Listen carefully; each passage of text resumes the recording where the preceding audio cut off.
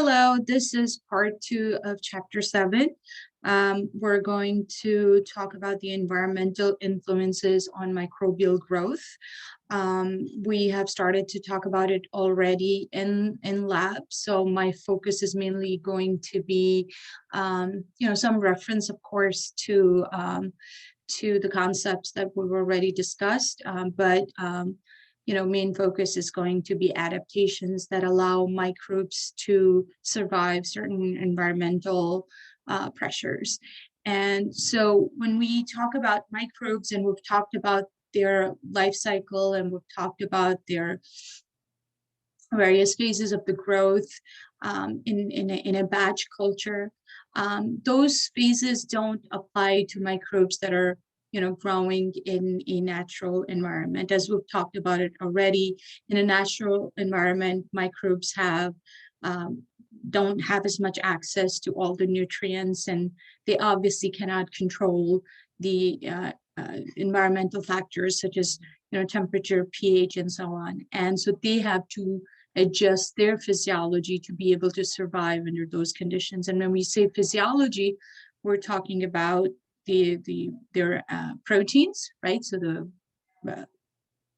the structure is important for function, and structure can easily be disturbed via temperature or pH, right? So we refer to that change in structure as denaturation, and you change the structure of a protein, say an enzyme, you also are going to change its function and most likely abolish it. Similarly, membranes are extremely important because they define the inside of a cell, from outside. And these membranes can be very fluid under certain conditions. Okay, so they can essentially break apart, say under high temperatures. So microbes have to ensure that both their proteins, whether they're enzymes or their structural proteins, as well as their membranes, are stable. Their DNA, which is also held together via hydrogen bonds, that's stable as well, right? So there are some things we understand. Unfortunately, we don't understand everything as of yet, but it's really interesting and fascinating to talk about these microbes and try to get some answers on how these microbes are able to adapt to these conditions that we consider extreme. Right? I mean, they're growing at conditions well beyond what we would consider the normal growth. Okay, so for us, the normal growth conditions are where we live, right? At sea levels with the atmosphere, there's a single atmospheric pressure there. Temperature is generally within 20 to 40 degrees Celsius range. pH is near neutral, right? And then there's a lot of nutrients and about 0.9% salt in terms of osmolarity. Okay, so that's what we consider normal, and we try to at least define the microbial niche using those growth conditions. And the more we're studying microbes, the more we're learning that that's not always true, right? So there are going to be microbes that are going to be found within that range of variables that are listed here. But of course, there are microbes that are going to be growing outside of this window, and we would consider them extremophiles, right? So a microbe that grows at very cold temperatures or at very high temperatures or at very high altitudes or at, deep within the sea. Okay, so you are going to have microbes that are adapted to those certain conditions, and you try to change any of those conditions, it will damage the cells irreversibly. Okay, and so if we try to grow any of these extremophiles, we have to bear in mind that we have to exactly reproduce those conditions in laboratory, or we would have to protect these microbes from conditions that are harmful to them. Okay, now microbes, being that they're unicellular, they have both the fastest and the slowest growth rate of any known microbe, especially in their natural habitat, which is limited, of course, by the nutrients and the other environmental variables that we've described so far. Right, so it's if you have a microbe that lives in a very warm environment which promotes enzymatic reaction, and perhaps there's lots of nutrients, the bacterium is going to grow much more rapidly than a microbe that lives in a deep sea sediment, very cold temperature, as well as a lot of pressure and very low in nutrients, right? So those microbes could, go hundreds of years without dividing. Okay, so their niche is going to determine their growth rate. And of course, their niche is really defined by all the variables that we'll talk about today. Okay, so a lot of time you would ask the question, like, why would microbes find it habitable if these are extreme conditions? And the response is that the Earth's environment wasn't always habitable for us, what we consider normal. Were not necessarily the conditions that were present long ago, and these microbes are the first organisms to evolve, so they're more adapted to the conditions that used to be of prehistoric Earth versus what we find today. So those are niches that they have inhabited for millennia. Okay, and that is what's their normal. Okay, so let's look at the grouping of organisms based on the environmental, variables. So you can have microbes that can be grouped into 4 different groups based on temperature: hyperthermophiles, thermophiles, mesophiles, psychrophiles. So we're going to talk about all of them. Then you have the pH defining the microbial classifications. You have the alkalophiles, those that love the alkaline temperatures. They grow above pH 9. So we're talking about preferential growth. Okay, they're optimal growth. We're not just saying, well, they can survive at pH 9. Plenty of microbes may be able to survive at pH 9, but that is not their preferable growth condition. And then you have the neutrophiles that will grow between pH 5 and 8. Notice this is not just around pH 7, which we generally tend to consider the neutral pH. So microbes that grow within that range of 5 to 8 would be considered neutrophiles. And then you have the acidophiles that would love growing below pH of 3.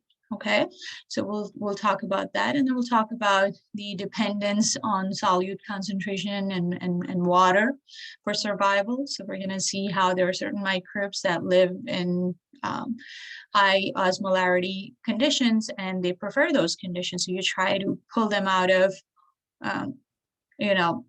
high salt areas and try to grow them in fresh water, they're not going to survive.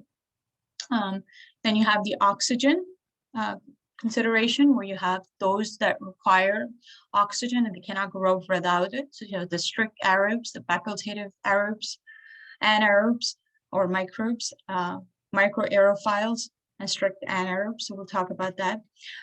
Pressure, there's not a lot in terms of adaptations that we know, except that when you increase pressure or decrease pressure, often it's associated with lower temperatures as well, right? So at least if you talk about high altitude and low pressure, like on the top of a mountain, right, it's going to be plenty cold. Or if you have bottom of a deep ocean, it might be very cold in that area, unless there is some sort of a hot water geyser there, right? So generally you would have multiple conditions that may be extreme in a given habitat instead of just one. Let's talk about oxygen first. So the requirement for oxygen for most microbes is to act as the final electron acceptor. So we'll talk about the metabolism later, but I'm sure you guys have talked about the cellular respiration already, and the process of oxidizing a nutrient, which essentially means that you pull off electrons and hydrogens, and then that electron sort of passes hands between various carrier proteins until it's finally passed on to oxygen. And as it's being, as electrons are being passed on between the various carrier proteins, it helps the microbes generate a proton gradient, and which it's going to use for ATP synthesis. Okay, so we have the microbes that have this dependence on oxygen to produce a lot of ATP, right? And with aerobic respiration, which is dependent on oxygen, microbes can produce 18 times or more ATP depending upon the nutrient that they're oxidizing, right, per molecule. Okay, and so it's really desirable, but not all microbes live in an environment that is rich in oxygen. And so that's one. And two, even if they live in that oxygen-rich environment, that does not mean that they have the genetic machinery to be able to utilize oxygen for ATP synthesis. Okay, so they, for example, they may be missing some of the electron carriers, and if you're missing some of them, then you can't complete the chain. If you can't complete the chain, then you can't essentially use oxygen as a terminal electron acceptor. Okay, so cells are generally going to use oxygen as a way to make ATP. Okay, so when we talk about oxygen, how do we then determine the requirements of oxygen requirements of a given microbe, especially if you're studying it for the first time? I give you perhaps in a lab a unknown microbe, and I say, well, determine its oxygen requirements. What do you do, right? So of course there are multiple things that you can do, but one of the things that we have talked about in lab, at least I did, is the fluid thioglycolate medium. Okay, we can also use a anaerobic jar, but this is one of the standard things that is used. So fluid thioglycolate medium, essentially when it's produced, just like any other nutrient medium, thioglycolate happens to be a reducing agent. Okay, so that it essentially, neutralizes oxygen. And so it's no longer available to carry out any reactions. So when you produce the medium, the growth medium, which you will eventually inoculate with the microbe that you're trying to test the oxygen requirements for, it will grow within the medium, and it will depend on oxygen for its growth if it's required, right? So generally speaking, in regular growth medium, because we don't add thioglycolate, there will be oxygen despite what low concentration that might be, but there's going to be some oxygen that's going to be present throughout. And especially if you shake the tube well, if you stir it, every now and then, swirl it, not stir it, every now and then, you tend to incorporate air into that medium.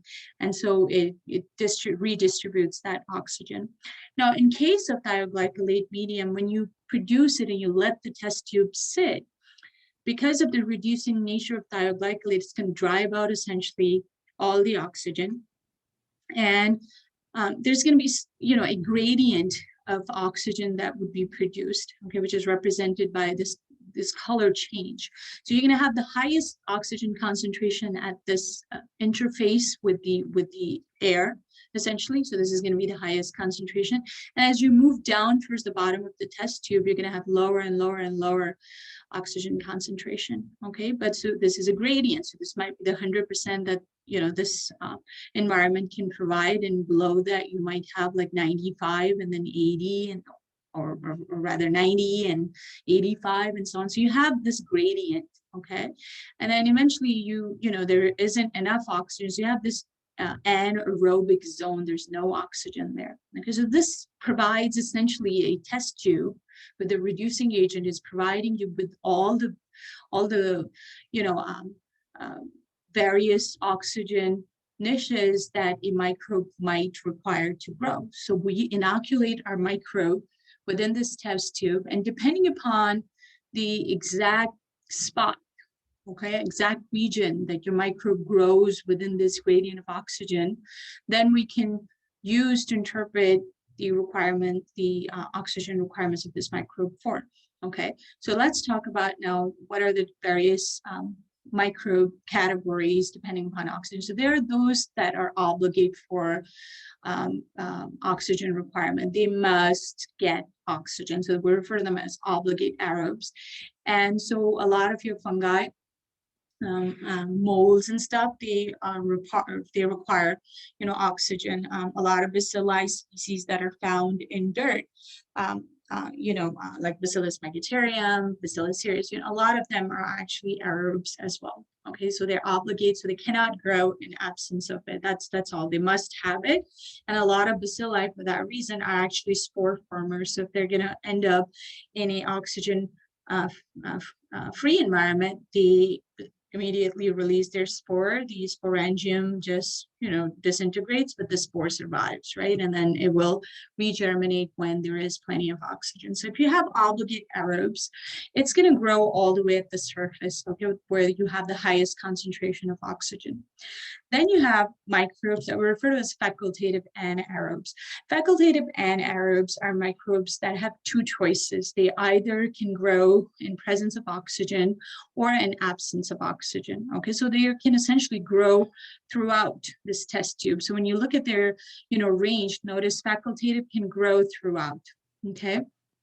So these are now going to be microbes that are generally going to grow much more vigorously in presence of oxygen than in absence of oxygen. So they are going to be really, thick, high growth in the aerobic region. But as you move towards the bottom, there's going to be, less vigorous growth. You're going to continue to see some, but there's going to be, lesser growth. So a lot of these facultative anaerobes depend on oxygen for aerobic respiration when oxygen is plentiful, and on fermentation when it's not available, right? So a lot of the microbes that live in human intestinal tract, like E. coli and Salmonella and, various Staphylococcus species, they are going to be these facultative anaerobes, and a lot of them are actually can be also pathogenic. So human pathogens fall into this category of facultative anaerobes, that they can grow both in presence and absence of oxygen, right? So E. coli, for example,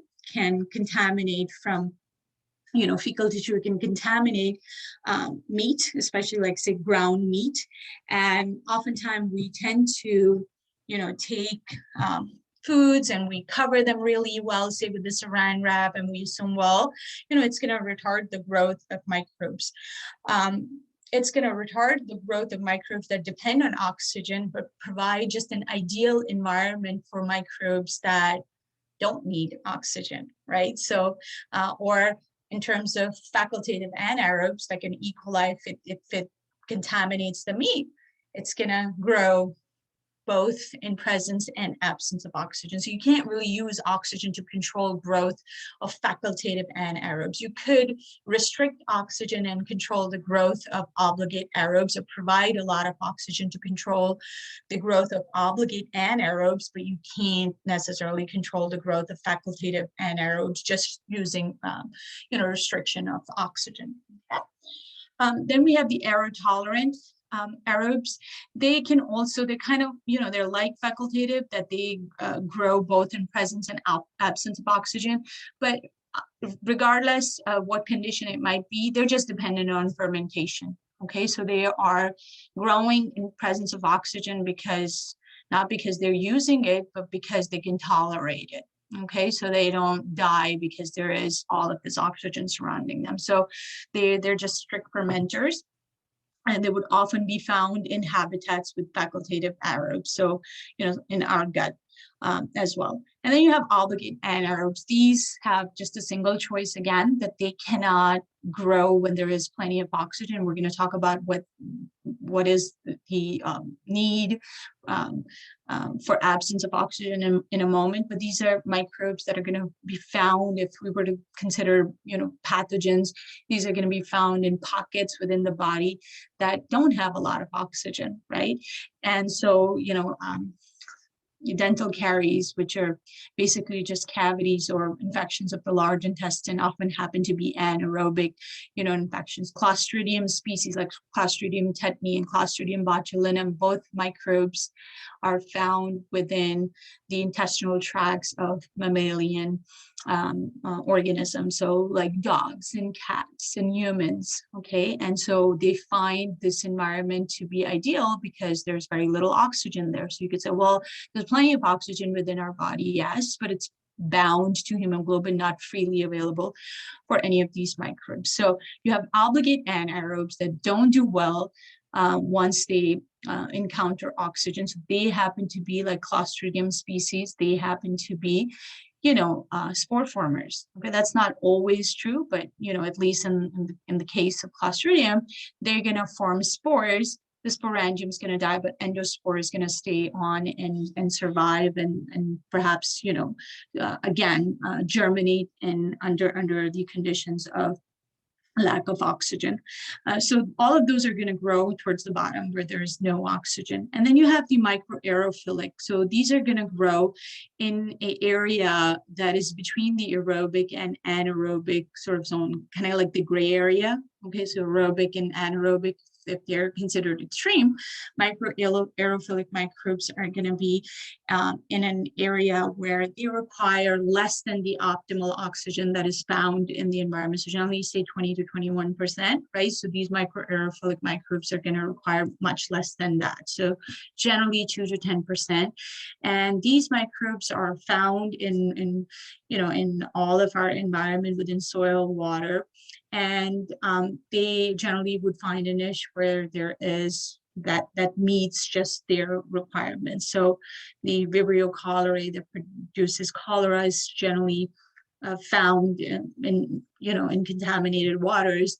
And while it's not actively growing or so on, but it's going to be found in areas that are just right for its growth. Okay, so you can certainly, just by looking at the growth pattern of these various microbes in the single test tube, tell what the oxygen requirements for that particular microbe are. Okay, so then you ask yourself, like, well, what is the, this dependency on oxygen or presence of it or absence of it?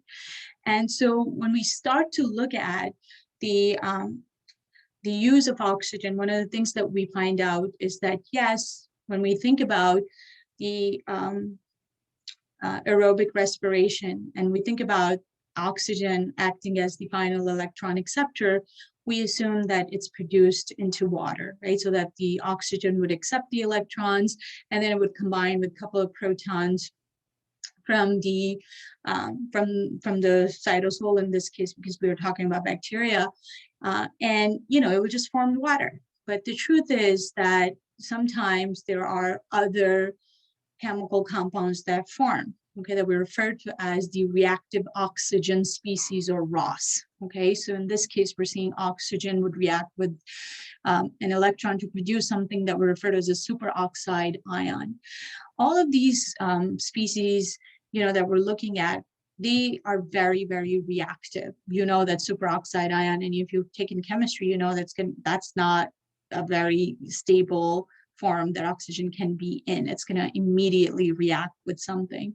And so that something could be lipids, it could be enzymes, proteins, right? So it could be DNA, RNA, any of that, okay? And it's going to, of course, be detrimental to the overall health of the cell. So these are reactive oxygen species that are formed all the time. Okay, if you're going to use oxygen, the same thing is true for our cells because we're heavily dependent on oxygen, right? Our main source of making ATP is aerobic respiration. So we have to have enzymes that help us sort of dismantle these reactive oxygen species. And so similarly, microbes that are dependent on oxygen are either going to have enzymes that help them neutralize them, these ROS species, or they're just not going to grow in presence of oxygen because they can't deal with those reactive oxygen species due to the lack of enzymes. So in this case, we're seeing the superoxide radical ion is not, going to stop at that, right? It can react with, of course, other compounds and destroy their structure and function, but it can also combine with just a couple of protons to give you hydrogen peroxide, which itself is very, very dangerous for the health of the cell as well. And so it forms within our cells as well. And generally, so cells that are going to tolerate oxygen must take that hydrogen peroxide and undergo a chemical reaction, okay, to break it into water and oxygen, okay? So, of course, there has to be enzymes genetically encoded in the microbe in order for them to neutralize these species. So here you're seeing a microbe that has an enzyme called catalase, so that it's going to break down hydrogen peroxide into water and oxygen, and then both of them are neutral. They're no longer a threat. And here in this case, some organisms can have peroxidases, which are going to take, 2-peroxide in presence of an NADH, because some energy is going to be used for this purpose to make 2 water molecules and NAD+, which can then be recycled. Okay, so you, as a oxygen user, must have some of these enzymes. In this case, we have an enzyme called superoxide dismutase, okay, that allows this combining of the superoxide radical ion with the proton to first make hydrogen peroxide. All right, so you're going to have microbes that need to have superoxide dismutase, that need to have catalase or peroxidase in order for them to either be aerobic, facultative anaerobic, okay, or aero tolerant, okay.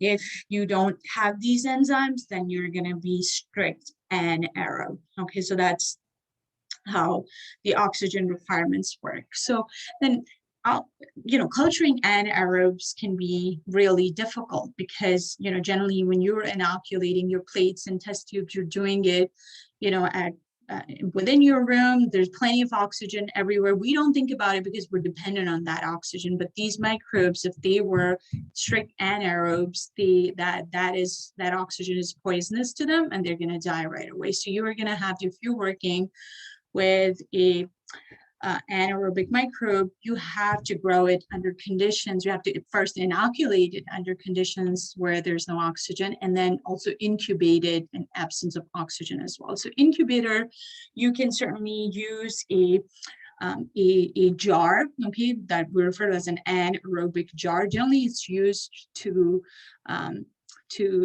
grow both types, microbes that have been streaked on a plate or have been placed in a test tube, but often on plates. Okay, so you take a jar and you drive out all the oxygen. One of the easier way to do that would be to just light up a candle within that jar and then tightly seal it.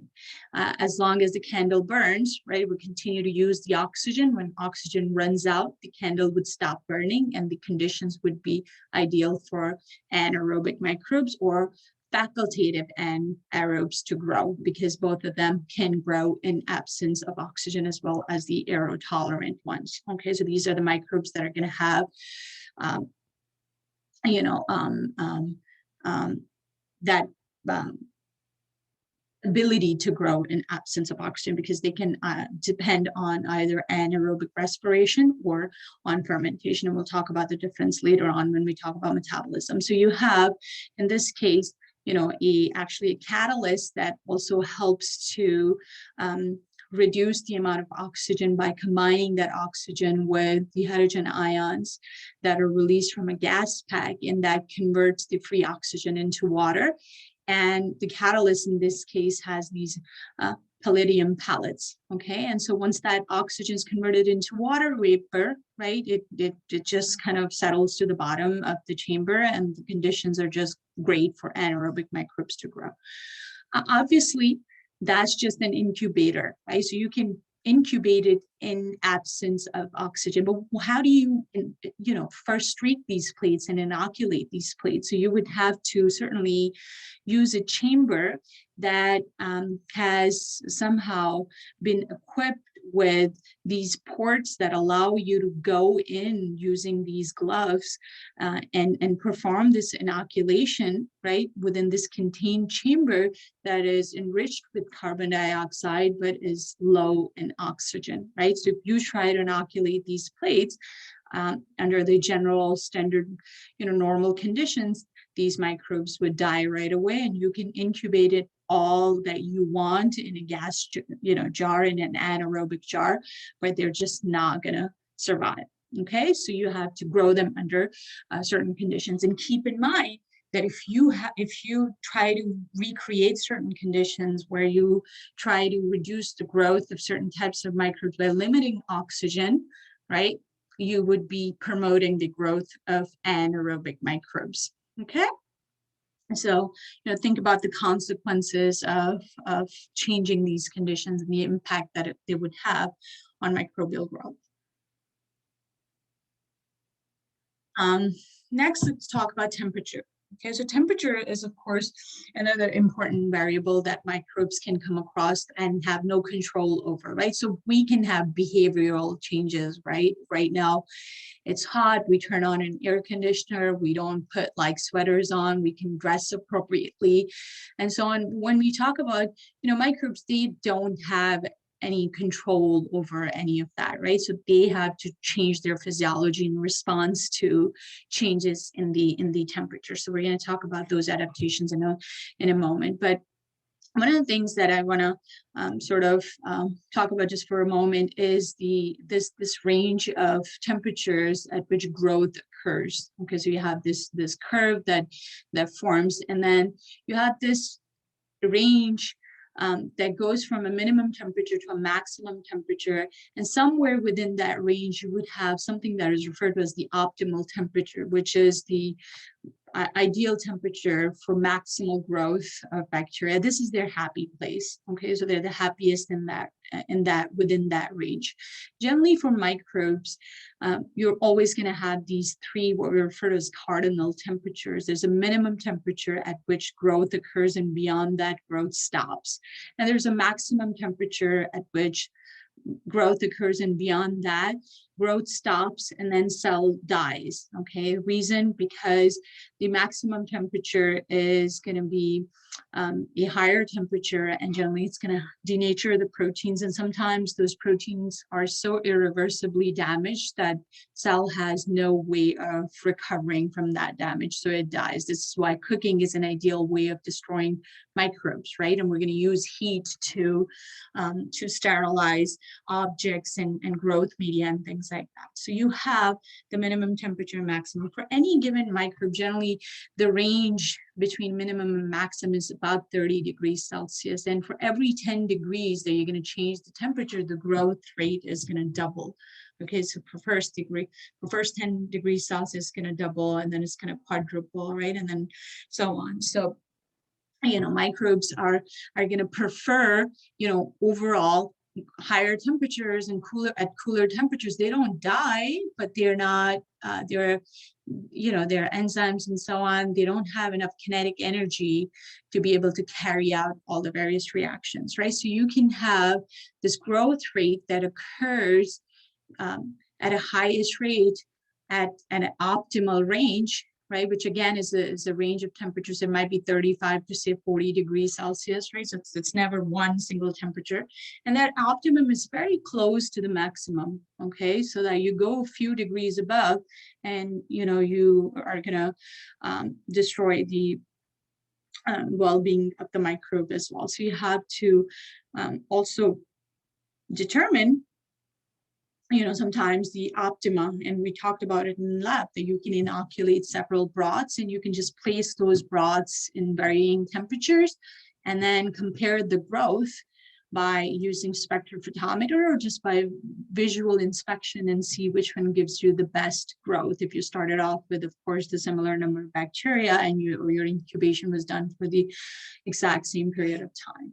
So microbial growth range in terms of overall range within which microbes are found growing is between -20 and 121 degrees Celsius. I'm sure if you don't clean your refrigerator, and it becomes dirty, you sometimes see, some film begin to form within it. So those are, microbes that can grow at cooler temperatures, and you don't have to go there. I mean, you could be visiting a cold place like the,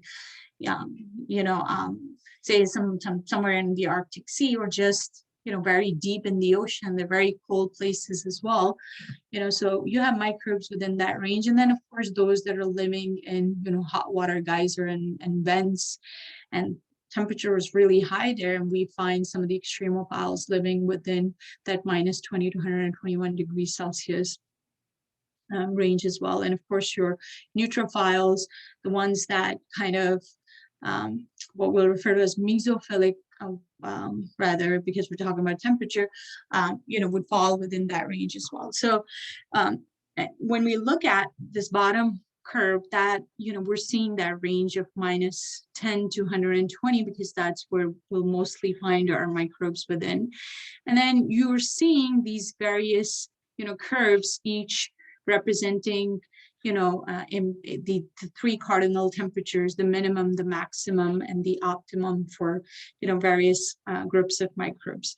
So let's talk about them. So psychrophile refers to cold. So these are cold-loving microbes. Okay, so when we look at its growth range, anywhere from -5 to 20 degrees Celsius, and where, their optimum is going to be somewhere, near say 4 to 10 degrees Celsius, right? So that's the highest temperature that they really, would happily grow under. And you put them at 20 degrees Celsius, which is lower than your standard room temperature, that they're already going to be cooked and denatured and done for, right? So you'd have to, if you're going to work with psychrophiles, you'll have to work under very cold conditions and transport these microbes under very cold conditions, or just standard room temperature is going to essentially denature and destroy them, because it's going to be higher than the maximum temperature for them.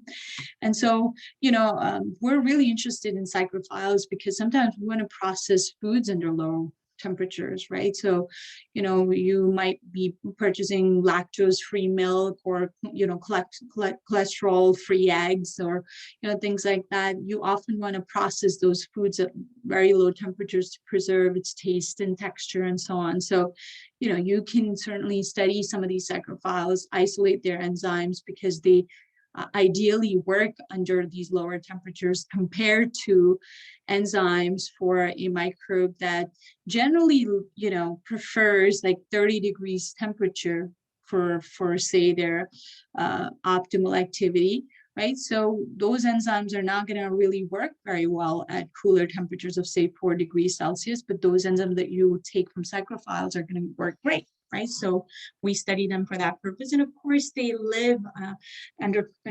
extremely cold conditions, and they are contributing to the ecology of that system, but we also can use them for bioremediation purpose, right? So maybe an oil spill in the Arctic Sea, and you again want to use microbes that have the ability to maybe digest those hydrocarbons under cold temperatures at a very rapid rate. So we study them and study their enzymes for our utility as well.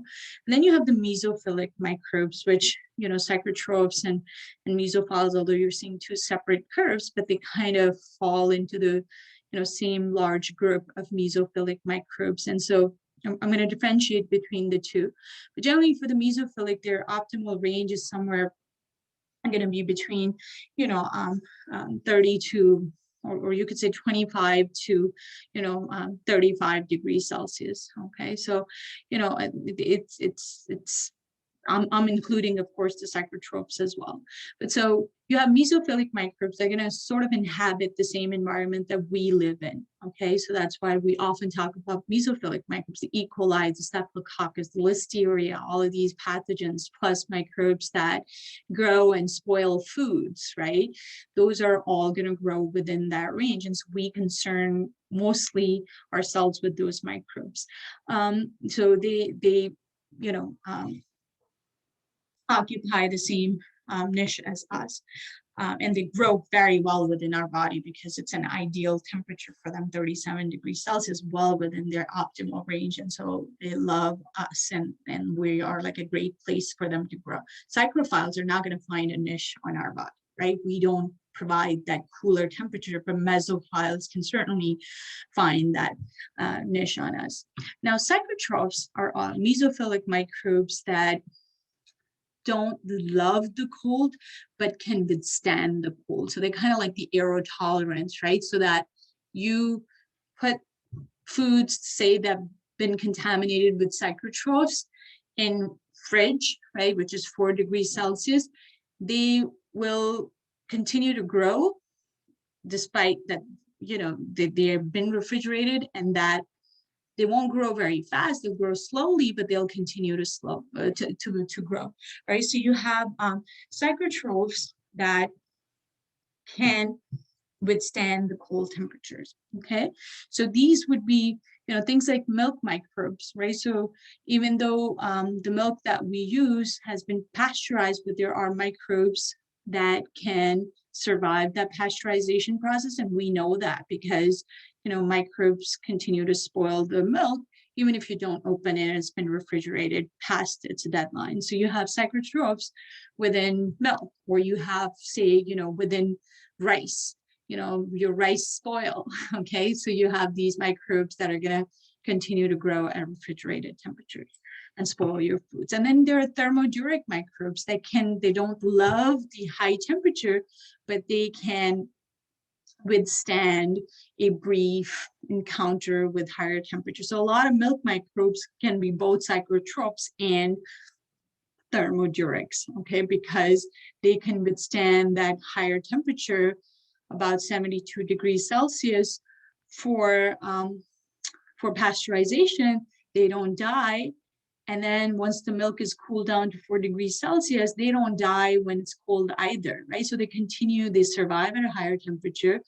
Then when the temperature goes down to its normal range, they, continue to repair and, become healthy. And then as it continues to cool and, in the fridge, they're going to continue to grow at a very, very slow rate. So milk microbes would be both psychrotrophs as well as thermodurics. Then you have thermophiles. So thermophiles, notice the range between 45 to 80 degrees Celsius. They're going to be, found in areas that are not necessarily very extreme in terms of the overall niche, right? So they're going to be concentrated in areas where there is high temperature, so hot water lines and compost, where temperature can go up to the range that they prefer, which is around 60 degrees Celsius, right? So again, ideal for studying microbes that like higher temperatures, because these don't necessarily stop growing, at say temperatures that we can withstand, right, around 42, say, degrees Celsius high. But yes, they will continue to grow at a slow rate.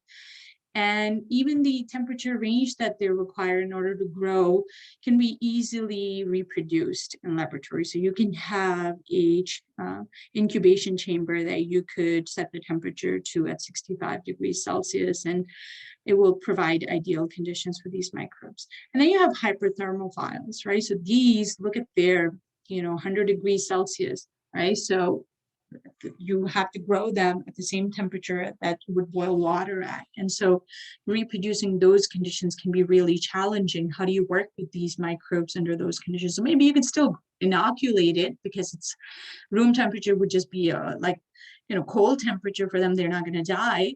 But if you continue to incubate them at that room temperature, it's refrigeration for them. 37 is refrigeration for them, 60 is refrigeration for them, right? So you need to really increase that temperature so that you can grow them. So it's very, very challenging to grow these microbes in laboratories. So we're trying to reproduce growth conditions in their natural habitats, and then sort of do control studies right there, instead of trying to reproduce their growth conditions in laboratory, although sometimes it is necessary. And we also study these hyperthermophiles, again, for the utility of the enzymes that they have, that they function at very high temperatures. If you think about PCR, which we'll talk about in the course, it uses an enzyme called Taq polymerase, which is a DNA polymerase that has to continue to function despite it having undergone several rounds of about 96 degrees Celsius temperature. So it doesn't become denatured, and then although you need to lower the PCR temperature to about 72 degrees Celsius for it to really work optimally, but just being at 96 or higher doesn't exactly denature it. So we we want to isolate as many of those enzymes so that we can use it for, biotechnology purpose. So in terms of the adaptations that these microbes display to be able to survive these conditions. They're opposite. Okay, so thermophiles are in a environment where their proteins can denature very, very easily, right?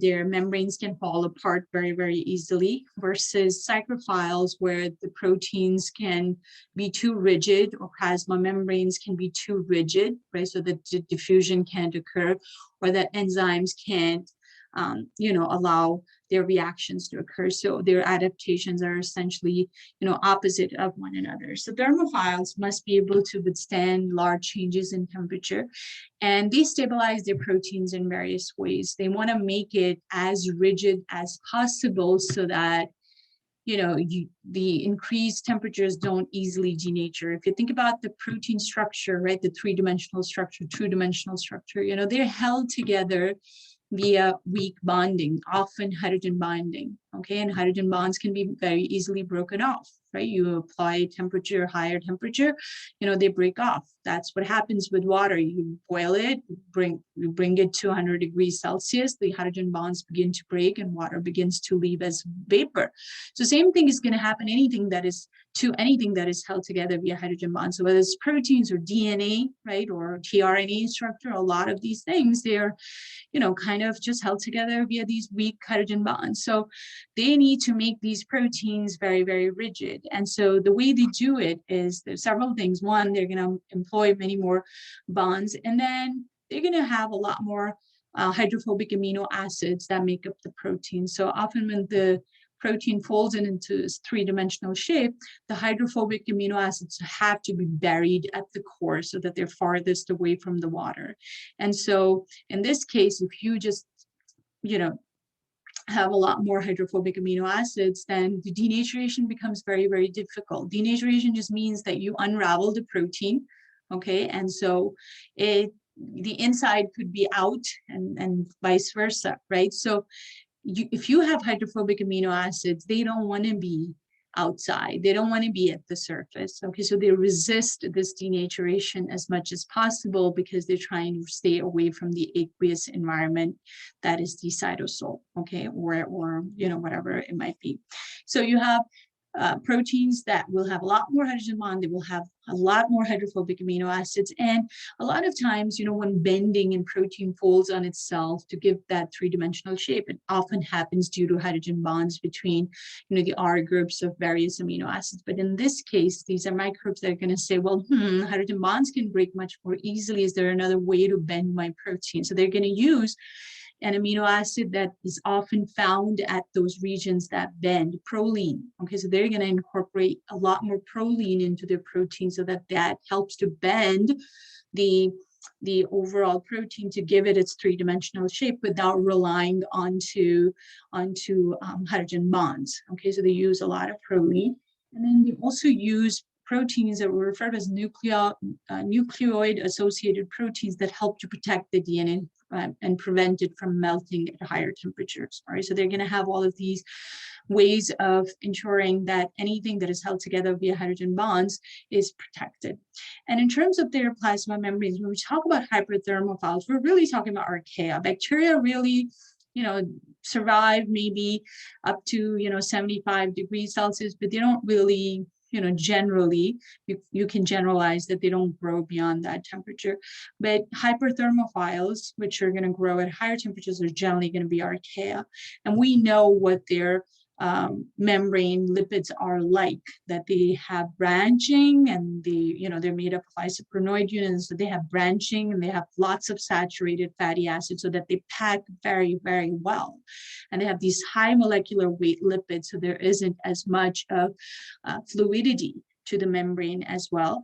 And we know that they can have monolayers because they are found in these extreme conditions. So their membranes would have those features that we've talked about when we talked about archaea.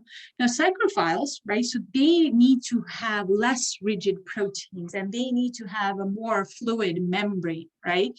So when we talk about them, their proteins have to be made flexible, not more rigid, right?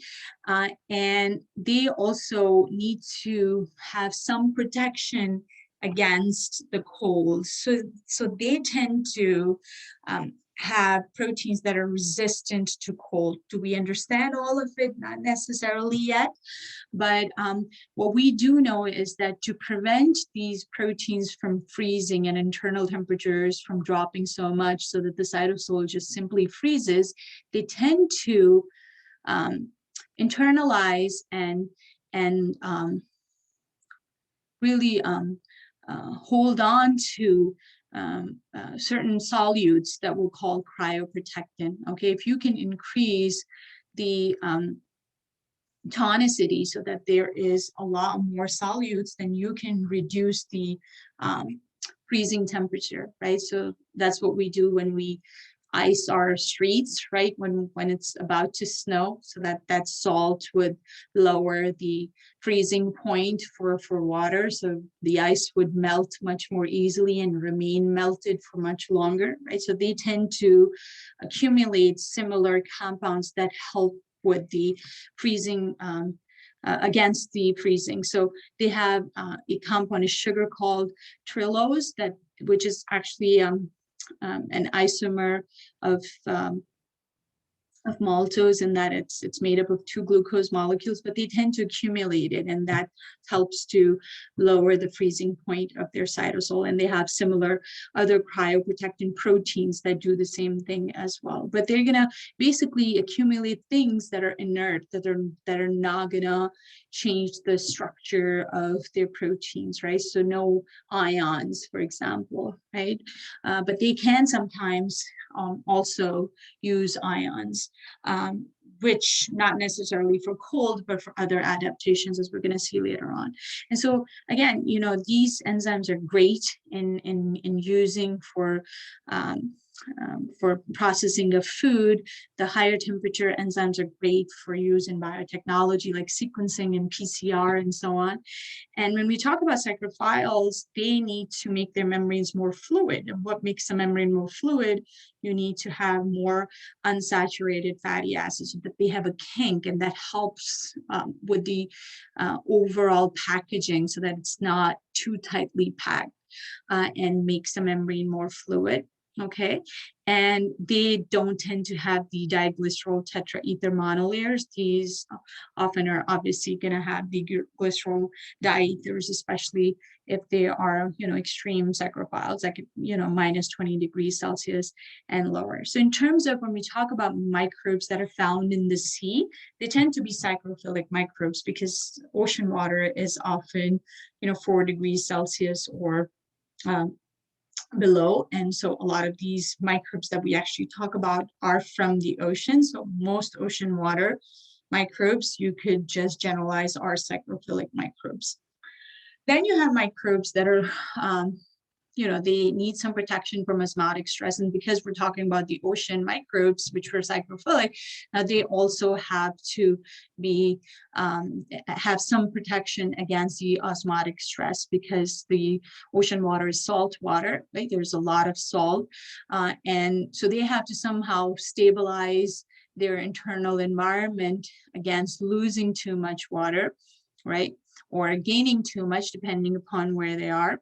And protecting themselves, right? So you guys are aware of the concept of tonicity and the osmosis. The water is going to flow in if cells are placed into a hypotonic environment, and it's going to flow out if they're placed into a hypertonic environment. So, you know, the cells are essentially going to have mechanism that helps to minimize that osmotic stress. So one of the things that they do is they can have, especially if they're living in a hypotonic environment where there's a lot more water outside so that it can flow in, they can have these channel proteins that we called aquaporin. I don't know if we've talked about it already, but you know, we have these proteins. Most bacteria, most organisms that we know have these proteins. And so these are channels, these are like little faucets that are continuously open, and they continue to allow water to diffuse out at a much faster rate than osmosis would, right? So a cell that is living in a hypotonic environment is going to have,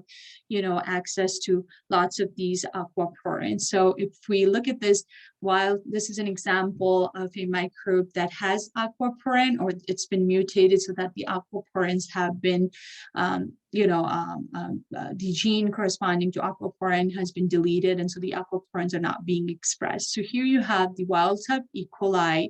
Notice you place it into a hypotonic environment. A lot of water flows in, but the cell doesn't lyse because it begins to immediately activate its aquaporin proteins, and the water is allowed to diffuse out at a much faster rate than you would expect. Versus you have an E. coli strain that has been mutated for these aquaporin proteins, and so the water, once it flows in, the cell can't essentially control the amount of water that can flow in, and the cell would lyse and, of course, die out in the process. So aquaporins are certainly an important aspect of the cells really maintaining their physiology. And the other thing that they can have sometimes is that they may be living in a hypotonic environment where water flows in, right? Or sometimes they're living in an environment where it's too hypertonic, so the water can flow out. So instead of controlling the water, they control the solute concentration, and they try to match the tonicity of the cytosol with that of the environment. Okay, so they can take in what we refer to as compatible solutes. Okay, if you bring in salts, for example, potassium containing salts, okay, or amino acids, anything that doesn't interfere with your physiology, right? You can hoard up amino acids and it's not gonna destroy the cell. So they bring in a lot of solute, and that helps to maintain the tonicity, okay, match the tonicity of the inside of the cell with that of the outside of the cell. Okay, so oftentimes this works when cells are living in a hypertonic environment.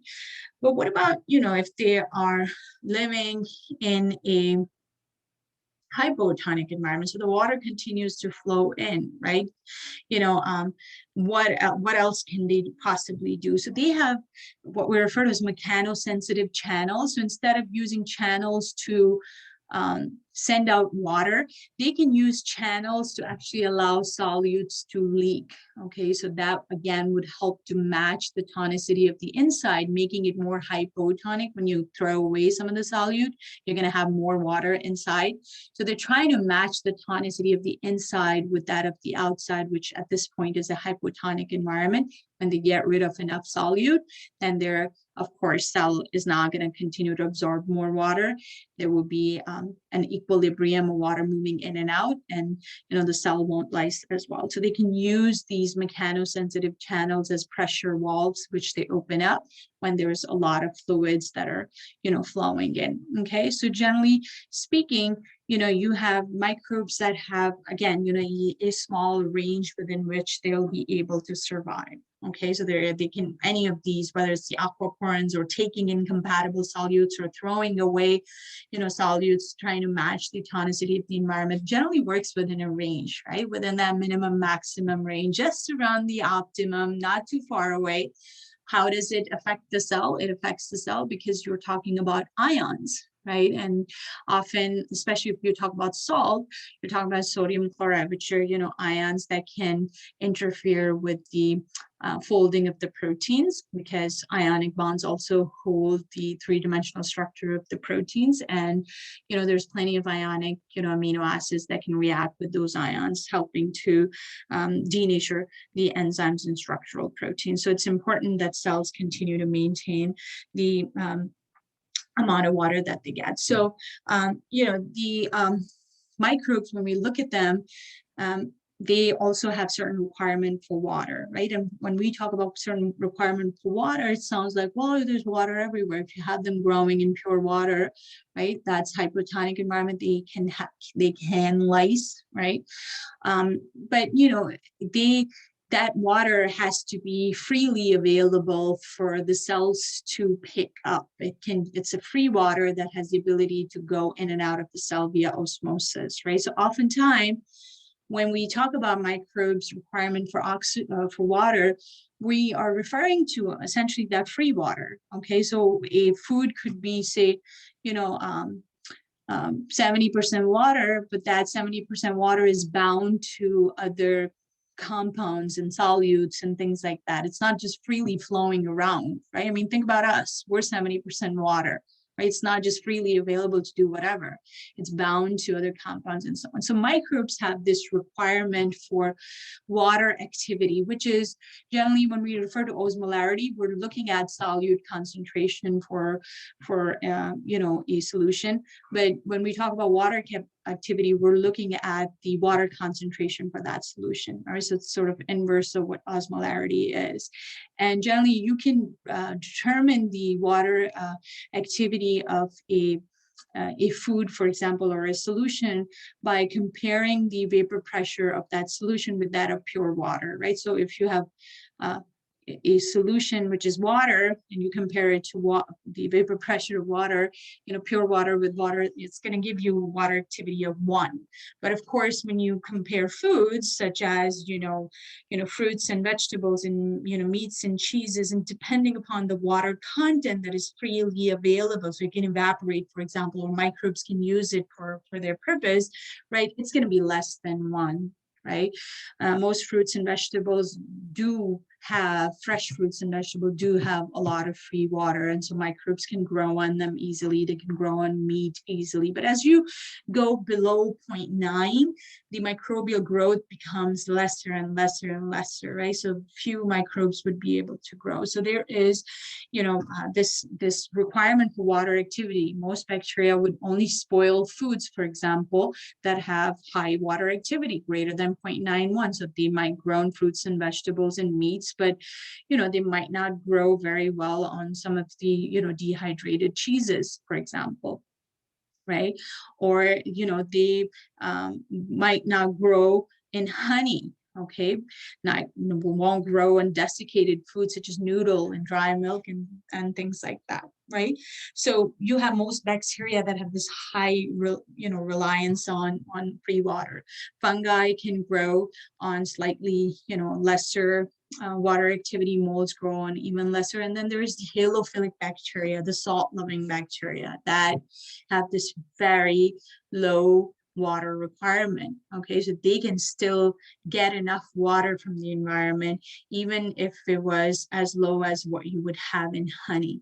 Okay, so that's generally conditions that you would have in like the Dead Sea or the high salt content lakes. Okay, so microbes can grow within this range of, say, 0.8 to 1.0, and with the most bacteria being in the 0.91 and above range, anything that goes from 0.8 to 0.9, we're going to refer to them as osmotolerant. So I'm talking about bacteria, right? Fungi and molds, yes, they can grow, but in terms of bacteria, we're going to call them osmotolerant. They can grow between 0.8 and 0.9, although they're not ideal conditions. So Staphylococcus that grows on our skin, for example, in our nasal cavity, it can grow in salty cheeses and some of the brine, for example, for pickles and so on. So because it's an osmotolerant microbe, it doesn't prefer the very low water activity, but it can continue to grow at a very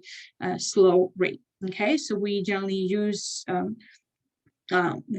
control water as a way to control microbial growth, right? So dehydration of food works really well because we get rid of water, and microbes need water in order to survive, and they're not going to grow very well. So you don't spoil, dry noodles by, growth of fungi or growth of bacteria. They can be contaminated with spores so that when you rehydrate some of these foods, those spores can germinate and then contaminate food as well. But as long as they remain dry, none of the microbes can grow within them. Okay, so in terms of the extreme osmolarity requirement, halophiles have that high salt requirements. So here you're seeing these various curves. So we're seeing this blue curve that refers to the non-halophilic microbes. When we talk about the sodium concentration, they are going to have their optimum just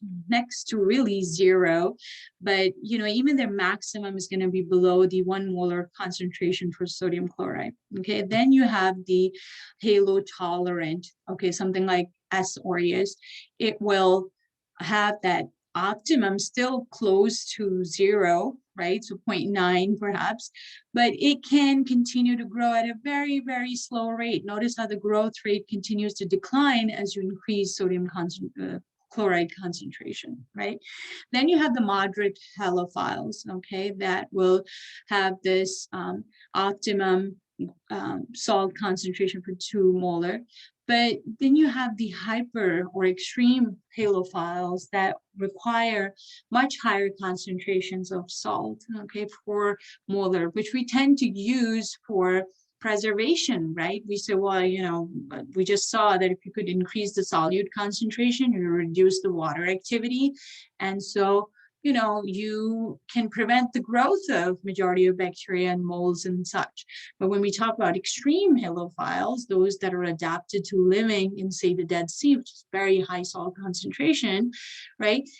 These microbes are thriving there. And so you take them out of that high salt concentration, put them in 0.9% solution, is hypotonic to them, and they're going to immediately lyse and die. So you're going to give them, conditions where the salt concentration is at least greater than 2 molar. So this is just meeting their minimum requirements. But if you want them to thrive, you really need to give them salt concentrations of 4 mol or better. So they're using this salt, especially sodium, to stabilize their proteins in cell walls and plasma membrane. If you don't provide it, proteins would denature and the plasma membrane would become too fluid and they would die out, okay? And so now these are halophilic microbes. In order to prevent loss of water to this extreme hypertonic environment, they can have those mechanosensitive channels, or they can begin to accumulate a lot of compatible solutes, okay, which would then, help them survive, of course, the conditions that they're living in. But, they can sometimes use one ion, okay, which is more compatible, potassium versus sodium, so they can go do like an exchange. So they begin to express these exchange proteins that are dependent on, gradients for, say, sodium to drive out sodium and bring in potassium, okay? They're going to rely on sodium gradient for secondary active transport, whereas most microbes under what we consider normal would rely on proton gradient for secondary transport and so on. And so they can begin to, of course, the compatible solutes could be, amino acids or, other compounds that don't interfere with the chemical reactions that generally occur within the cell. Okay, so those are some of the adaptations. Okay, then we have microbes that are adapted to living under varying degrees of pHs. So we talked about the acidophiles and neutrophiles and alkalophiles already, the range that they fall within. And then when we talk about any types of microbes, what is generally their intracellular pH, right? So generally, what we would consider compatible with life is gonna, fall within pH of 8 and 6. Okay, so that we also call the neutrophilic, right? But so microbes could be living in them these extreme alkaline environment and extreme acid environments, still rely much more so on those environments and various protons and sodium gradients that come with it, but they need to maintain their internal pH at that range. Okay, so they're going to express proteins, or they're going to display adaptations that help them to maintain that range. So if they have, a low pH, right? So very low pH, they're going to have adaptations that help them to get rid of those protons from the cytosol so that their cytosolic pH falls within that compatible range. Or if they have a very high pH, they're going to somehow bring in protons, conserve the ones that they do have, right? And try to then, again, stabilize the pH to within that range pH that we consider compatible with life, right? So generally speaking, in our environment, and especially the pathogens that we work with, they are going to be the neutrophilic microbes, okay? So these are microbes that are adapted to this pH of 5 to 8 condition, right? So you can have microbes that are living within your stomach, right, that cause stomach ulcers that are living at about pH of 1. So is that an acidophile? Turns out that these microbes that might be living in an extreme niche like that, they aren't necessarily acidophilic. For the microbe that causes, stomach ulcers, for example, right? It actually produces an enzyme that helps us to neutralize the acidic environment, okay? It uses enzyme called urease, and it breaks down urea to produce ammonia. Ammonia combines with the acidity of the stomach, neutralizes it, and it generates a neutral pocket for this microbe to survive in. So actually there's a breath test that detects the ammonia. So if somebody's suspected of having stomach ulcers from bacterial infection, and specifically microbes that produces urease, right? You can actually use a breathalyzer test that detects the presence of that urea and allows you to determine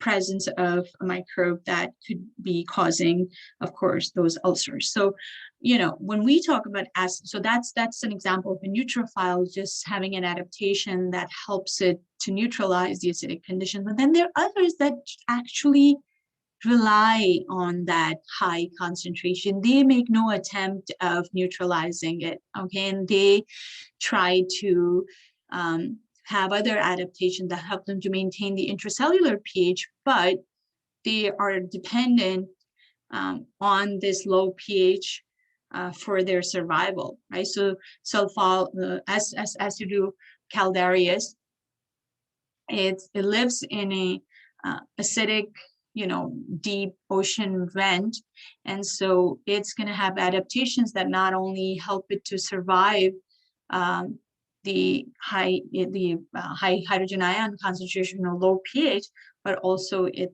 thrives at that lower temperature. So it's going to have, the extra capsule and the sugar layer, right? Which you can think of as like mucus. If you think about the intestinal tract, right, and it needs protection, or you think about stomach, it needs protection from the acidity of the stomach. There's actually a thick mucus layer that protects it from the acidity. So similarly, if you have that thick glycocalyx, a capsule surrounding you, then it has that protective function as well. And then of course you can have the monolayer to help with the fluidity of the membrane as well.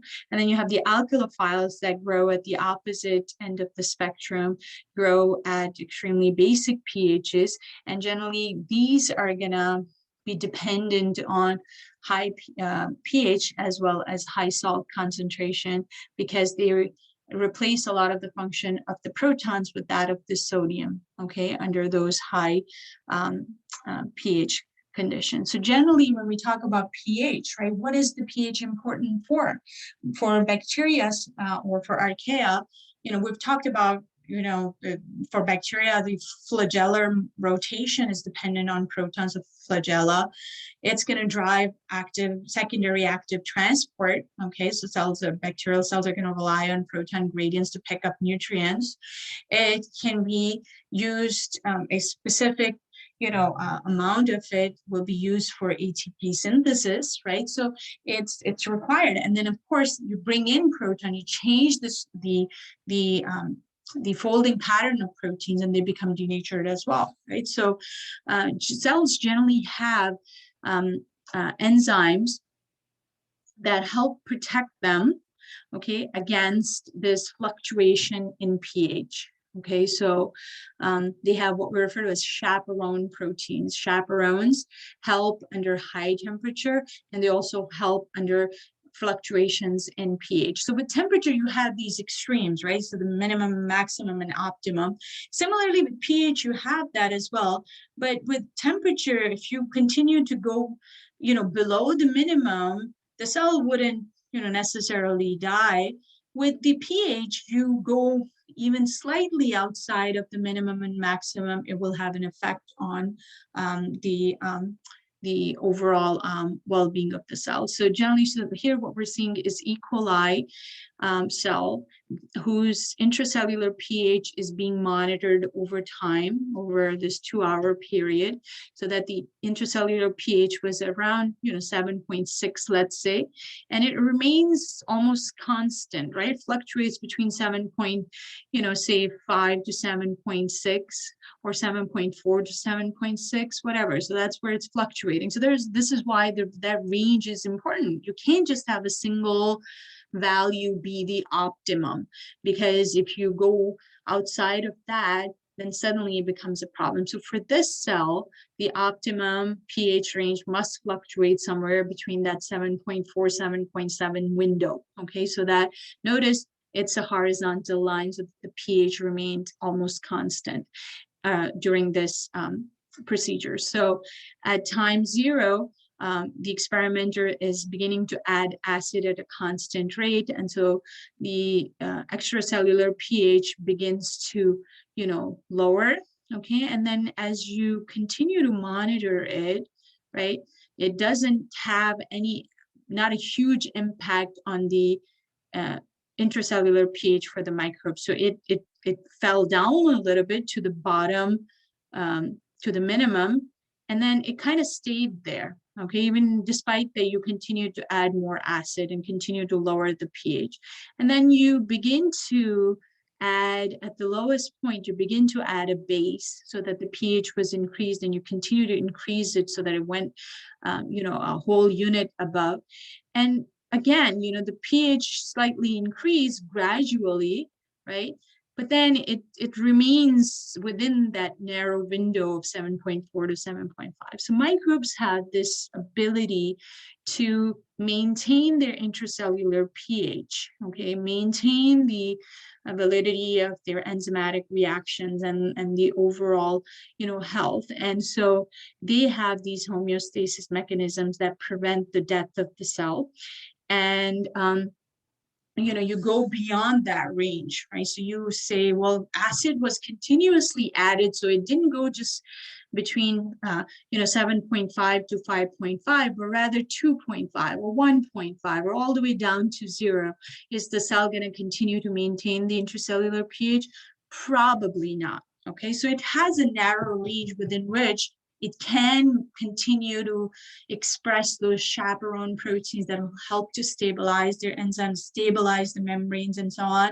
But you go beyond that, and they will become denatured and problematic. So this is most, neutrophiles. They would have this range within which they can continue to maintain their pH. And of course, the extremophiles would similarly have their own ranges within which they would continue to maintain their pH, and you go outside of that and they begin to display problems as well.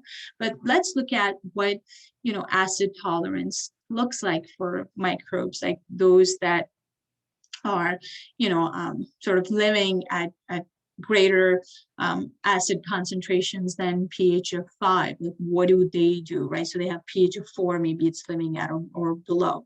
What are they using protons for? And then how are they getting rid of some of these extra protons if they do end up within the cell? So one good thing about protons is that they aren't exactly, as membrane isn't exactly permeable to them, so they can't diffuse across the membrane well. So they're going to only enter the cell in a particular manner, right? So there has to be some sort of a transport protein. So it could be, for example, a symporter, which is using this proton gradient to drive secondary active transport. So that's how protons get in. Protons can get in through the ATP synthase, because ATP synthase is dependent on proton gradient to synthesize ATP, or protons can enter through the,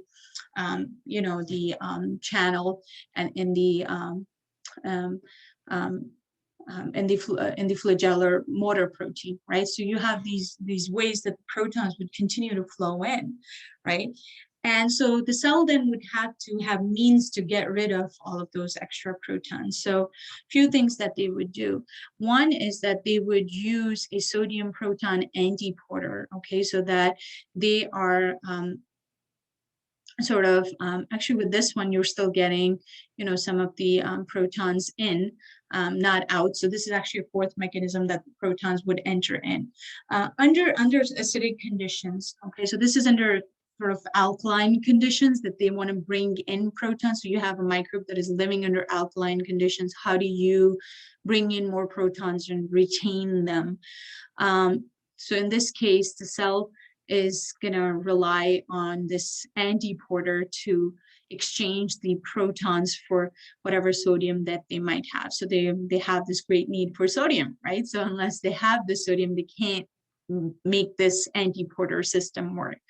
The other thing that we've seen under acidic conditions around pH 5 is that the cells would begin to exchange protons for potassium, okay, so that they begin to get rid of the protons that are lowering the pH to say below pH 5, but bringing in more neutral cations so that they stabilize still the proteins, right? So it's a similar charge that you're replacing, but the protons that are the reason for acidity are being, dumped out.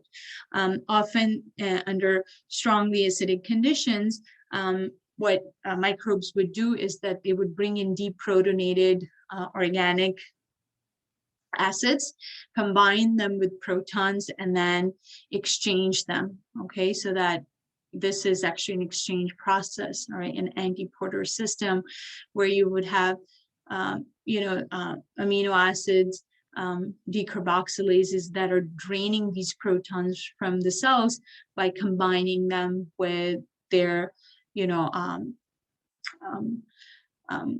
organic acid anion counterparts. Okay, so they can have different mechanisms of ensuring that they just have the enough protons within the cells to ensure that the pH is that of 7.8. Of course, they can get rid of some of the protons during the electron transport chain as well.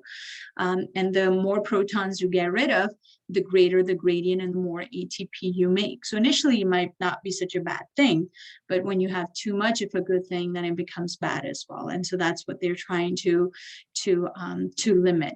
And so they generally, if microbes can't, rely on some of these, then they turn on what we refer to as an emergency global response system, which produces a lot of chaperone proteins, which often we used to talk about as heat shock proteins because they were initially isolated in cells that were growing at higher temperatures, and they suddenly began to express this new breed of proteins that were frantically kind of helping to stabilize the enzymes and restoring their function. And now we see that those chaperone proteins are also expressed under other extreme conditions, so under alkaline conditions or under acidic conditions as well, as a means to try to stabilize the enzymes to prevent further damage and hopefully survive this catastrophe that can lead to cell death. But unless the cell can somehow maintain the internal pH to that range that is compatible with life, the cell would eventually, die. So acids are a great way of preserving food because of their interaction with a lot of the proteins and its ability to denature. And then the greater the concentration of the protons, the acidic it would taste, right? So we're not necessarily adverse to the way it tastes, the better preserved the food would be. Okay, in alkaline conditions, okay, we just saw that microbes are dependent on sodium. All right, so I'm not asking you necessarily memorize all of this, but I just want you to sort of have some idea of how complex it is, right? So we know that cells rely on protons for various things. We just saw they rely on protons to produce ATP, to pass on electrons between the electron carriers. They need it for the rotation of the flagella. They might need it for the antiport of the nutrients or symport of the nutrients. So, the cells are going to then begin to find alternatives. If there's very little protons in the environment, whatever protons they have, they're going to try to retain it in the cytosol, maintain that range, that normal range of the cytoplasmic pH, and then, you know, for antiport and symport purposes, for which they must release protons into the environment, they're going to start replacing a lot of that function with sodium ions. So a lot of microbes that live in alkaline environment, they actually rely on sodium to drive their flagellum, for example, okay, or to bring in nutrients via secondary active transport, okay. And so they're gonna, you know, have these antiporters that are going to help them exchange protons for sodium, as we just saw on the previous slide as well. So they're going to begin to replace a lot of their functions with sodium. Okay, and in terms of who lives under these conditions, again, a lot of archaea you would find in these conditions. Okay, and so, you know, you have adaptations associated with microbes living under these conditions as well. Okay, but they're going to become, you know, you try to grow these microbes, you know, they're going to become reliant on these alkaline conditions for their survival. Okay, so despite the fact that they're going to maintain the intracellular pH at within that compatible with life range, but it's going to be towards the upper end of this of that range. Okay, and so these microbes and their enzymes work well under alkaline conditions. So when we buy detergents, for example, laundry detergents, okay, that have enzymes within them that help to fight off stains and so on, right? We're using, you know, enzymes that have been isolated from some of these alkylophiles. Okay, so they have these really neat you know, adaptations that help them survive these extreme conditions while maintaining their intracellular pH to what we consider normal. Okay, now microbes, we tend to consider microbes as, you know, this planktonic being, right? So that they live individually, they are unicellular, they don't come together to form complex communities. They definitely don't have any specialization in terms of function within that community between the various cells. So, you know, you can pull off, even if they do form a community, you can take off a cell, plant it somewhere else, and it can go on to produce a whole colony of its own. It's not necessarily dependent on its survival on other species in the environment for its survival. There are others that might be because they can't, you know, maybe acquire the nutrients in absence of other microbes. But there are instances, many of them, right, all around us that point to formation of communities between microbes of various kinds, not just a single kind of microbe, but, you know, this could be eukaryotic microbes, various kinds of prokaryotic microbes, various kinds of bacteria, even some eukaryotic microbes that can be part of what we referred to as a biofilm. So a biofilm essentially starts off with the surface that has been conditioned, meaning there has been some moisture that has been deposited on the surface and some organic nutrients, so that microbes are attracted to that, right? Why would you want to come towards a surface that doesn't offer you anything, right? So they want to start a community, what we refer to as a biofilm, right? They want to come to a surface that is a rich source of nutrients. So they're going to come to, you know, moist, rich surface that's been conditioned for growth. And so you're going to have the pioneer cells come in and begin to attach to that surface and become adsorbed, meaning they're just kind of, you know, stuck to that. And then they will begin to release their, you know, extracellular, you know, polymeric protein that is essentially similar to their sticky slime and their capsular proteins that makes the surface even more sticky, so they remain attached to it. And they will divide, Okay, initially they may have the ability to absorb and desorb and go and come and go, but eventually when they begin to divide and produce more of their kind and they remain attached, then they will begin to form layers upon layers upon layers of these microbes. And so you can have some that are at the very bottom, others that are at the top, and some in between. Okay, and it's not easy for a microbe that might be at the very bottom of the layer to kind of cut through the top layers to leave that community. So you can have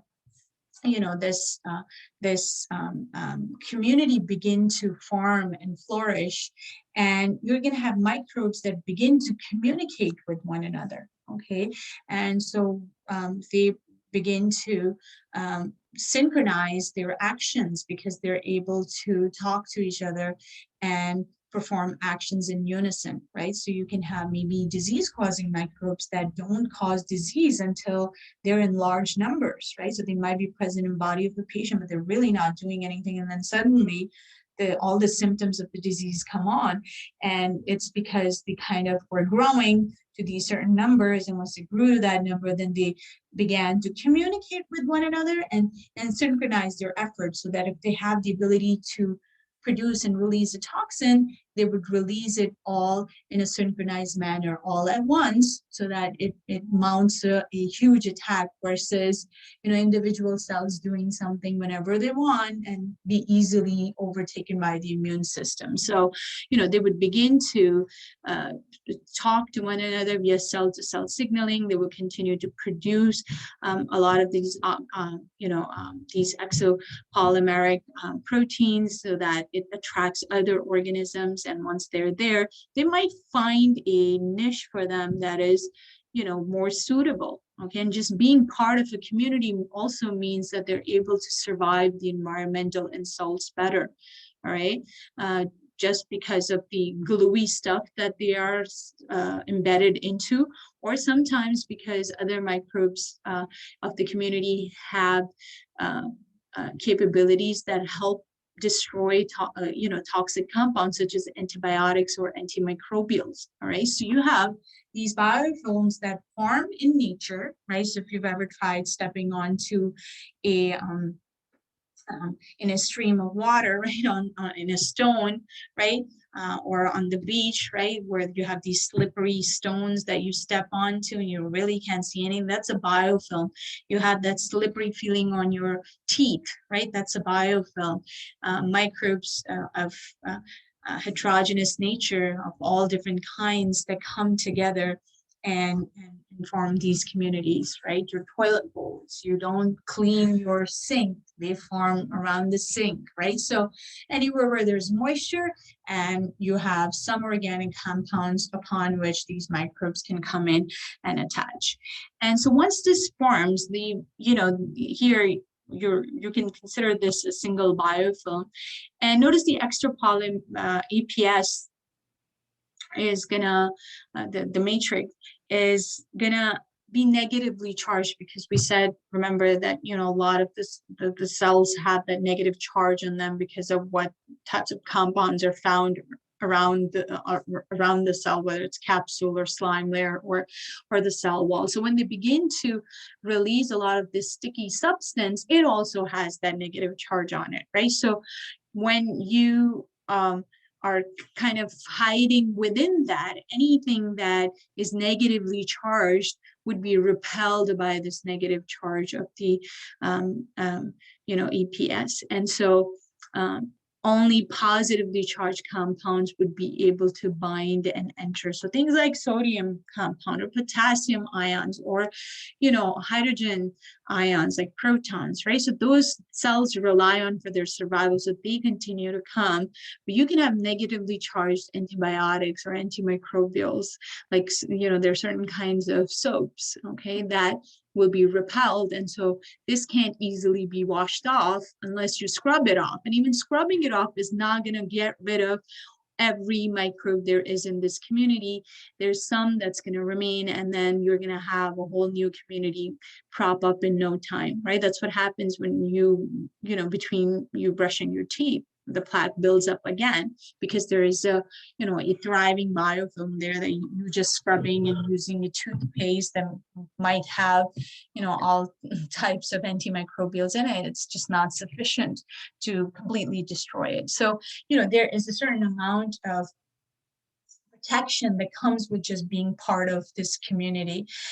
And also it's going to, the fact that there's layers upon layers of these microbes creates various environmental and nutritional gradients. Okay, so in terms of, you could have, for example, a gradient for nutrients, so that at the very surface, there's a lot more nutrients than there are towards the core, because there's more microbes there. Microbes are using up the nutrients and very little is getting to the very core. So those microbes that are found at the core aren't exactly very dependent on a lot of those nutrients. They're going to be slow growers, right? And so they're going to be there, that everybody's going to find their niche there. Then there's going to be oxygen gradient, right? So you could have aerobic microbes that are growing on the surface and anaerobic that might be growing at the very bottom, right? You can have, in terms of, cells, once they begin to communicate with one another, they can communicate it in different ways. They can either share genetic materials. A microbe that has an antibiotic resistant gene would pass it on to other members of the community. So you might have started off with one bacterium that had a plasmid that had antibiotic resistant gene on it, but just, because cells are able to communicate and share information, in no time, that resistance would be passed on to other cells via the process of conjugation. So you can have that. And you can also have cells that begin to communicate with one another and display some completely new activity, like the ability to accept DNA from other cells, right? So they did not have this ability before, they had the genetic mechanism for it, but they weren't expressing that. So they did not have the physiological equivalent of that ability. And, suddenly you put them in this community and they change their physiology and they begin to accept this DNA and they become antibiotic resistant, or they were able to produce a protein but weren't producing it until they became part of this community. And then suddenly all of them are producing this protein at a very high level, and sometimes it's toxic, and other times it does very interesting things, as we're going to see on the upcoming slide. So, in terms of genetic diversity, you're going to have all types of cells that are able to share information, okay, and then sometimes, pass it on, and other times the genetic information doesn't have to be shared, but, you could certainly share signaling molecules that help to change the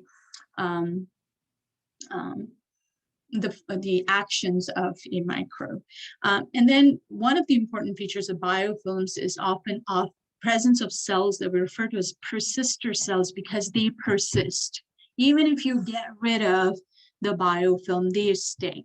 All right, so we have persister cells. For example, you can have a biofilm form onto a heart valve, okay, that has been implanted, for example, and it's a synthetic C valve, all right? And so it's been growing onto that valve, and you find out and you get some antibiotic treatment for that, and it kills the active members of the biofilm.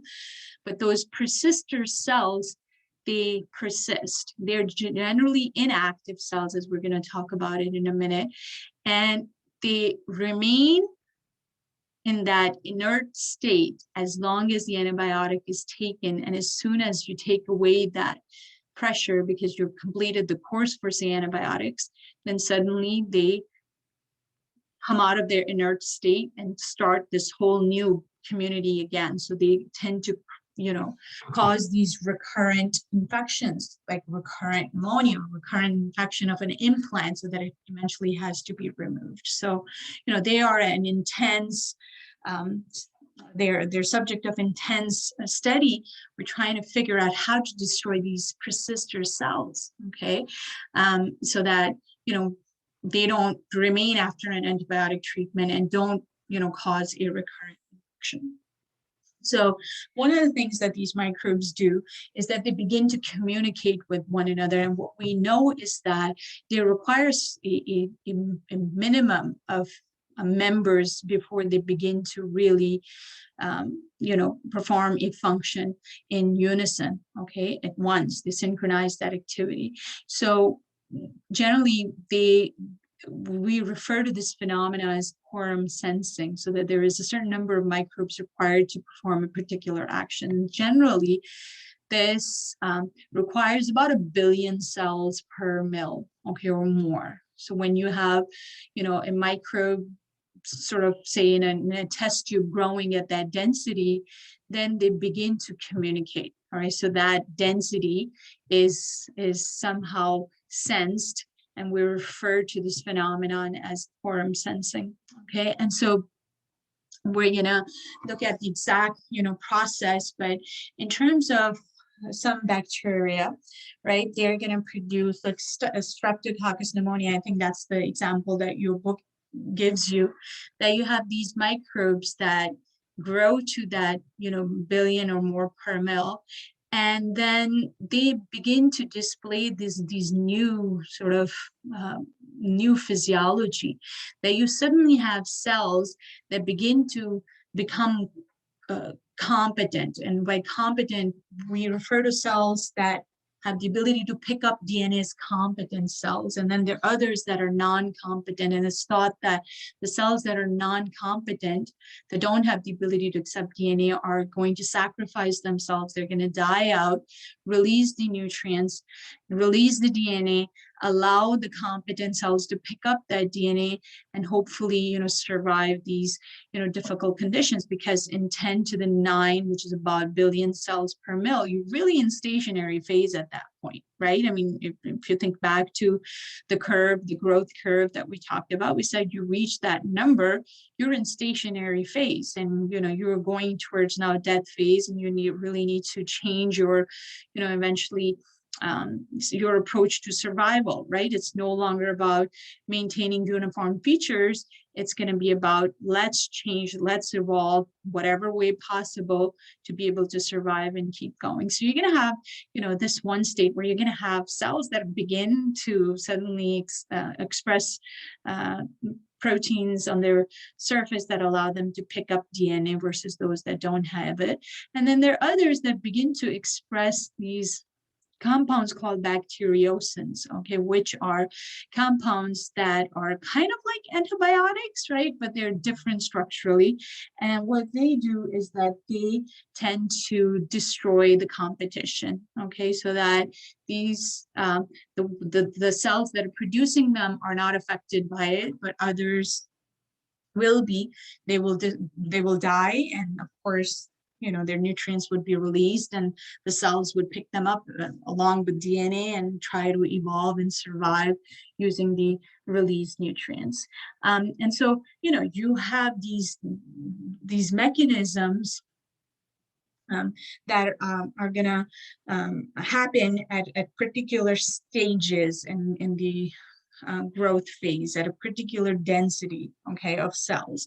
One of the compounds that are produced by cells that allow them to communicate with one another so that they can maybe begin to produce bacteriocins all at once, or become competent all at once, or begin to produce a toxin all at once, is called AHL, acylhomoserine lactone, right here.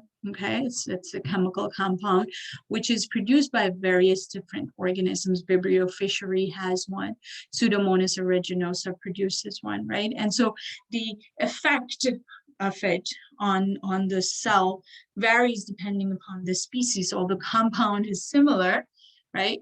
Where you can have in Vibrio fischeri it producing bioluminescence so that it gives off this bluish glow, versus in Pseudomonas aeruginosa, which causes the Pseudomonas to go from planktonic form to forming a sheet-like biofilm, or produce virulence factors that can, cause disease, right? So Pseudomonas can actually be a source of pneumonia. And so, you grow them to certain numbers in the lung tissue, then they can form a biofilm on your alveoli, on your, various, the bronchi, and so on. And they begin to produce toxins that promotes inflammation, causes disease, right? So it makes perfect sense for them. Similarly, you have different ones, autoinducer 2, for example, right? Vibrio harvii, it produces bioluminescence so that there is enough of this produced by the members of the biofilm. When it reaches that particular density of quorum sensing, then, the community would begin to have a glow. So it won't glow at the density of 1,000,000, right? You have 1,000,000 per mil Vibrio harvii in a test tube, they don't glow, but they get to a higher density of 1,000,000,000, and then they begin to give off the bluish glow, right? So you have these various, of course, kinds, depending upon the type of cells that you're looking at. But the idea is that, we're beginning to find more and more organisms produce these signaling molecules and communicate with one another to really synchronize their actions and either perform pathogenesis, because they're able to produce virulence factors that can cause disease, or they can begin to glow and so on. So these autoinducers generally are produced in higher by the cells, and both in lower and higher density. But as the cells are gonna grow in number, right? The more the autoinducer, or in this case AHL, its concentration is gonna continue to grow. It's kind of like, if you have one person clapping in a room, right?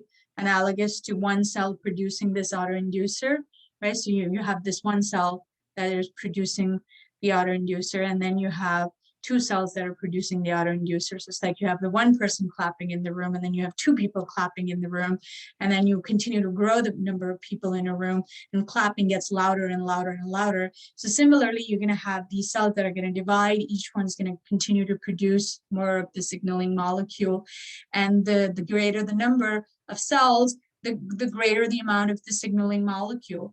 And originally, when the cells are producing it, it's freely diffusible across the membrane. So it comes out of cell into the external environment.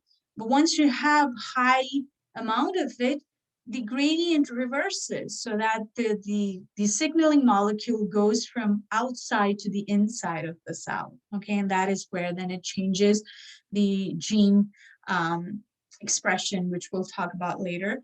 And it can then turn on genes that can either lead to production of the enzymes that can cause disease, or that can cause cells to conjugate, or that can cause cells to produce that bluish glow. So one example that is studied often is the Hawaiian bobtail squid, which has this light organ, which kind of looks like the eyes. These are not actually glowing eyes. This is actually a light organ for this squid that is filled with Vibrio fischeri bacteria that bioluminesce once they reach that minimum density requirement, or that quorum sensing. Okay, so generally this light organ is flushed every morning. Okay, so that the concentration of Vibrio fischeri drops down to very, very low.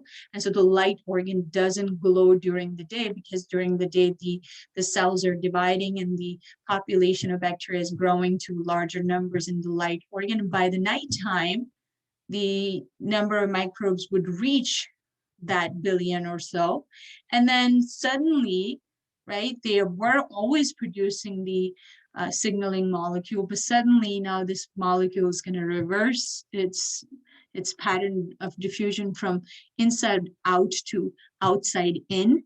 And once it goes back in, then it changes the gene expression pattern, and it begins to express the proteins that would eventually lead to production of this bioluminescence, which causes this light organ to glow at night. Okay, so it's not a part of the squid that is actually glowing. It's the bacteria that are forming, this bluish glow, and then by the morning time, again, the light organ would be flushed, and this whole process would again continue.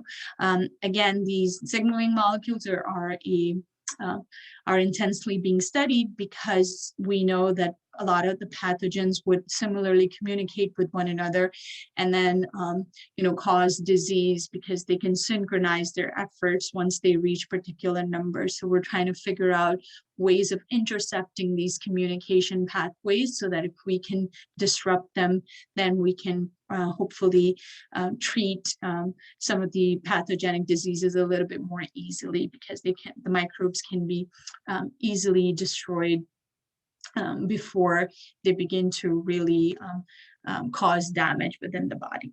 Okay, so in terms of the presence of persister cells, and you talk about microbes that are living in their natural environments, you have to think about really what kind of environment that they are in. One, they're not really in a nutritionally rich environment, and especially when you talk about biofilms and microbes that have formed that persister status, right? They're not really persister cells, especially, they're not really growing at all. They're kind of in their inert state. And so we're going to look at how do cells kind of get to that state? What is the current model of our understanding of how do they get there? But in terms of cells that are adapting to the natural fluctuations in nutrients, because they're not living in a controlled environment as in a laboratory, right? They're going to eventually have limitation of nutrients. They can have limited oxygen, right? There can be toxic waste that begins to accumulate, or that critical population density that is reached, which then means that the cell is already at the culture is already in a stationary phase, right? So either microbes begin to dilute down somehow, like what we saw with the light organs of the bobtail squid, or you can, begin to adapt to newer physiology that restricts your metabolism, so that you're not actively using as much ATP, that you are really kind of just laying low, right? So these are things that we already talked about when we talked about the stationary phase, that we said the cells would begin to undergo morphological changes, that they can begin to reduce the overall size of the cell, right? So they can shrink. Okay, they shrink their cytosol. That helps to lower the metabolic needs to help survive, because now your ATP needs are lower, your energy needs are lower. Endospore formers will begin to form the endospores, so that if the sporangium dies out, the cell lives on as an endospore. They can begin to express proteins that will help to selectively turn on genes that will be involved in survival. Okay, so we're going to talk about later on stringent response, in which the ribosomes would selectively turn on, first RNA polymerase would selectively produce mRNA from certain promoters that are only expressed under nutritionally restrictive conditions, and then they would produce signaling molecules. That could be, an example here is monosine tetraphosphate, that can turn on certain pathways and certain enzymes. We'll talk about it later on, but it comes up because it's one of the signaling molecules involved in the development of the persister cells. And then you can also have the production of proteins that help to protect the DNA. So DPS proteins would help to protect the DNA, or the chaperone proteins that help to protect the enzyme. So cell will try whatever it needs to be able to survive. In terms of our current understanding of how persister cells develop, and how do they kind of remain in that situation, how do they get out, we don't necessarily understand everything about it, but there is a model of how we believe the cells enter this persister state. So we know that bacteria that can enter the persister state have genes for what we call the toxin and antitoxin. Okay, so you have the mase E as the antitoxin and mase F as the toxin. And they're both expressed from the same promoter. A single mRNA is made, which then is translated into two different proteins, okay, the antitoxin and the toxin. Okay, so as long as the two are in equal concentration, the antitoxin neutralizes the toxin and the cell remains metabolically active. Okay, so as long as you have this complex, the mRNA is produced in equal quantity, okay, and it codes for both proteins, both proteins are being expressed equally, and as long as the two remain in complex, right, there's one-to-one relationship, then you have, the cell remain metabolically active. What happens under stress conditions is that there is a protease that becomes active that suddenly begins to degrade the antitoxin part of this relationship, okay? That leaves the toxin behind, the toxin protein behind. And so as the toxin proteins begin to build up, it chews up and destroy the mRNA that was coding for the toxin antitoxin. So there's going to be a limited amount of toxin protein because no more mRNA would be allowed to be produced. It's been degraded so that no more antitoxin protein is being produced. And so the toxin proteins would begin to build up. Any mRNA that codes for both would be destroyed. And as long as this the toxin protein, the blue ones are around, the cells would enter a state where they're metabolically inactive. Okay, just like this protein has the ability to cleave the mRNA and destroy it, it also has the ability to destroy other RNAs and other proteins as well. So cell, in order to protect itself, shield itself from the damage of this toxin protein, which is self protein essentially, it becomes inert. Okay, it kind of hides and becomes metabolically inactive. It also can just eventually, commit to cell death, and the cell dies due to the action of this toxin protein as well. But in persister cells, we know that this is the model that currently sort of makes sense for what they're doing. Okay, so that they arrest the growth, and of course, in order for them to emerge out of this persister state, right, these toxin proteins would have to be destroyed, right? You again begin to produce the mRNA starting from the expression of the two genes and or the two open reading frames, one gene, and you have again equal synthesis of both toxin and antitoxin. And as long as the toxin is neutralized by the presence of the antitoxin, the cell would grow very rapidly, be metabolically active until again it encounters stress. So we don't necessarily understand everything about it. We don't necessarily understand how it's reversed. Is it that the toxin over time is just simply, going to be turned over because every protein has a half-life, right? That's not produced forever. It's going to be eventually degraded, but it doesn't seem to be a random process where persister cells don't just randomly become metabolically active. So it doesn't exactly make sense that cells were just relying on the time when the toxin would automatically be turned over. So we still have a lot to learn. And so we're going to continue to learn, but at least this is the one model that currently stands for how persister cells enter that, state. And then how they emerge from it is we don't necessarily know everything about it right now. So I know there's more to this chapter, but I feel like, we'll cover a lot of that between lab and as we move forward through the semester. So this is the end slide, and, I'm going to stop here.